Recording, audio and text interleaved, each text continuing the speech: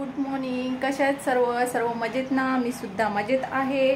तर आता 2-3 दिवस झाले तुमच्यासोबत मी एकही ब्लॉग शेअर केलेला नाही आहे, कारण आता 2 दिवस पहिले मी रक्षाबंधनसाठी माहेर गेलेली होती आणि त्याच्यानंतर मग माझ्या नणद वगैरे आलेल्या होत्या.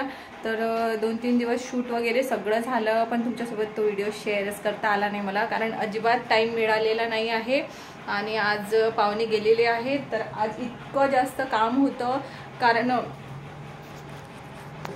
भरपूर कामामुळे कसं शूटसुद्धा केलं नाही आहे मी. तर चला म्हटलं आज तुमच्यासोबत एक ब्लॉग नक्की शेअर करून द्यावा. तर काही नाही, आता बाकीची सगळी कामं आवरून घेतलेली आहे. किचनमध्ये पण आज इकडचं थोडंसं सेटअप केलेलं आहे आणि आत्ता मी स्वयंपाकाचीच तयारी करत होती. चला म्हटलं तुमच्यासोबत एक ब्लॉग शेअर करून देते. आणि आज मी बनवणार आहे पालक आणि माझी फेवरेट शेपूची भाजी. चला तुम्हाला दाखवून देते. तर इथे मी शेपूची भाजी मस्त अशी कट करून घेतलेली आहे आणि मला शेपूची भाजी खूप जास्त आवडते आणि यांना आवडते डाळ भाजी. तर बघा इथे डाळ भाजी बनवलेली आहे, मी कट करून ठेवलेली आहे. आणि इथे ना मी शेपूच्या भाजीमध्ये मुगाची डाळ टाकत असते थोडीशी. तर इथे मुगाची डाळ मी थोडीशी भिजत घातलेली आहे, भिजत म्हणजे आत्ताच घातलेली आहे, कारण आता बराच वेळ आहे त्याला भिजवायला थोडीशी. आणि इथे मी बघा थोडेसे कणस वगैरे आणले होते त्यांनी. तर इथे मी सगळं व्यवस्थित भाजी वगैरे कट करून घेतलेले आहे आणि हे कणसाचे जे छिलके असतात हे सुद्धा कट करून काढून घेतलेले आहे. आणि मी हे आता खाली गाई म्हशींना घेऊन जात आहे. आणि हे दरवेळेनं मी जेव्हाही कधी मार्केटमधून भाजीपाला वगैरे आणते तर मी असंच कट करून घेते, व्यवस्थित सगळं साफ करून घेते आणि मी हे वेस्ट अजिबात घालत नाही. चला आता तुम्हाला मी गोठ्यात घेऊन चालते माझ्या. तर बघा काल न परवा इतका भयंकर पाऊस होता की काय सांगू तुम्हाला. आणि तेवढ्या पावसात बघा मी इतके सारे कपडे धुतलेले आहे की तुम्ही बघू शकता. आणि इतके सारे कपडे धुतल्यानंतर सुकवायचा इतका प्रॉब्लेम झाला आणि पावसाने तर इतकं भयंकर हाल केला होता. आणि सगळ्या जागी बघा, सगळ्या जागी तुम्हाला दिसत असेल. आणि आत्ता मी हे असेच ठेवलेले आहे कालपासून, तुम्ही बघू शकता. आणि माझे पण भरपूर होते आणि मी गावावरून जेव्हा आली ना आईकडून तेव्हा पण भरपूर कपडे यांनी सुद्धा घरी जमा करून ठेवलेले होते.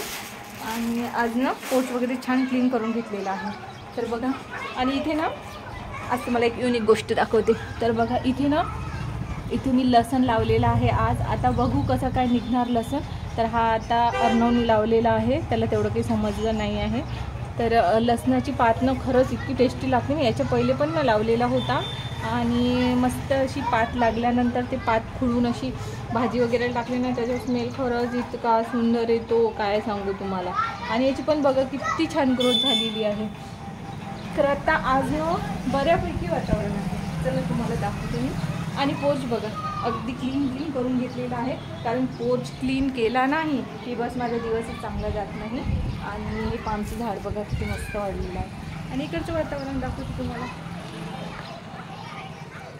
मस्त वातावरण झालेलं आहे आज. आणि असं वातावरण खरंच मस्त वाटतं. आणि हा वेल जे की मला माहीत नाही, मी तुम्हाला याच्या आधीसुद्धा मी सांगितलेलं आहे. आणि याला अजून एकही फळ वगैरे आलेले नाही आहे. अरे आलं आहे. तर फायनली मी गावाला गेली तेव्हापासून मी बघितलं नाही म्हणून तुम्हाला सांगत आहे. तर आत्ता हे दाखवत आहे तुम्हाला. तर हे आहे काय माहिती तुम्हाला माहीत आहे की नाही आहे, पण हे शारण्या म्हणते याला. तर हे शारण्याचं आहे. बघा किती छान लागलेलं आहे. तर आता चला हा वेल नेमका कशाचा होता हे आता क्लिअर झालेलं आहे. चला आता मी गोठ्यात जाते. आणि खाली सुद्धा ना एक छान असा वेल लागलेला आहे, तर तुम्हाला दाखवते. तर इकडच्या साईडनं बघा असं आहे. आणि तुम्हाला जर होम टूर माझा बघायचा असेल तर तुम्ही मला नक्की कमेंट करा, मी तुम्हाला मग पूर्ण माझं दाखवते. आणि असंच इथे पायऱ्या वगैरे आहेत. इथे एक साईडला असं गेट आहे आणि इथे खाली अगदी असं दाखवते तुम्हाला. तर इथे बघा, इथे खाली आमच्या गाड्या वगैरे राहतात आणि समोर इकडेच्या साईडला गेट आहे आणि गेटच्या अगदी इकडे असा गोठा आहे आमचा. तर बघू शकता तुम्ही.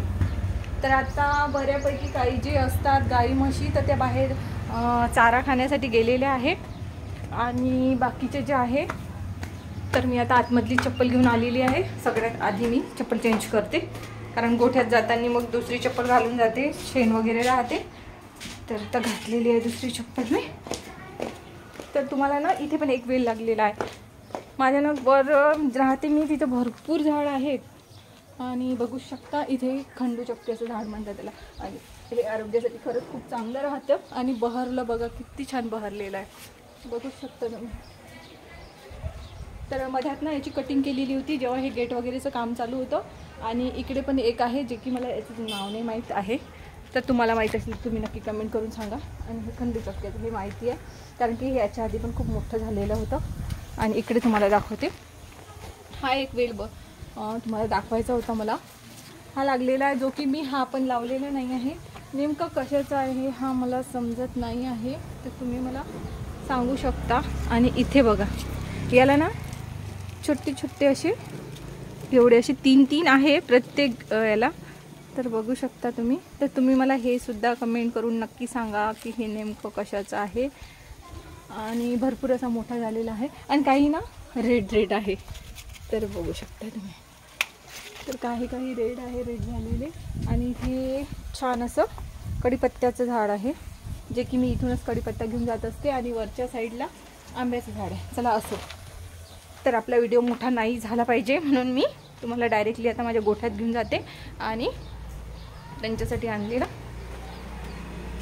त्यांचा चारासुद्धा त्यांना देते. तर आता मी तुमच्यासोबत छान असे व्लॉग शेअर करणार आहे. शूट वगैरे करून ठेवलेले आहे, पण मला एडिटिंगला अजिबात वेळ नव्हता, म्हणून मग मी आज तुमच्यासोबत हा व्लॉग शेअर करत आहे. आणि बघा आता आमचे चुन्नू मुन्नू छोटू मोटू असे बसलेले आहे. आणि ही गाय ना माहिती नाही काय गोष्ट असेल, याच्या आधी मी एक ब्लॉग शेअर केलेला आहे. तर हे गाईला बरं नाही आहे, तर अजून पण ठीक झालेली नाही आहे. आणि हा छोटू ना बस आता 3-4 दिवसाचा 5-6 दिवसच झालेले आहे या छोटूला. तर छोटू चलो दिखाओ, व्हिडिओ में आओ. तर बघा, क्यूट आहे, मस्त आहे. तर हा आहे 2-3 दिवसाचा. आणि बाकीचे असे आहेत, तर तुम्हाला दाखवते. आणि हे आहेत 4-5 जण, हे बाहेर जात नाही. आणि ज्याच्यापेक्षा थोडे मोठे आहेत ना ते बाहेर जातात. चला आता यांना चारा देऊन देते.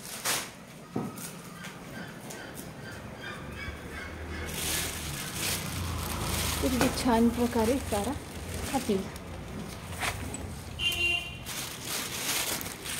आणि खरंच हे फेकून दिल्यापेक्षा आपण जर यांना दिलं, तुमच्या आजूबाजूनं असेल किंवा घरी पण येतात कधी गाई म्हशी, तर त्यांना जरी दिलं ना आपण, तर खरंच हे बेस्ट आहे.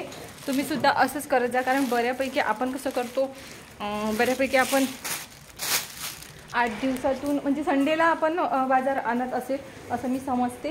कारण प्रत्येकालाच घाई असते, त्यामुळे रोज भाजीपाला घेणे शक्य होत नाही. मग आपण फ्रीजमध्ये स्टोअर करून ठेवतो, तर मग आपलं एकाच वेळेस भरपूर असं निघतं.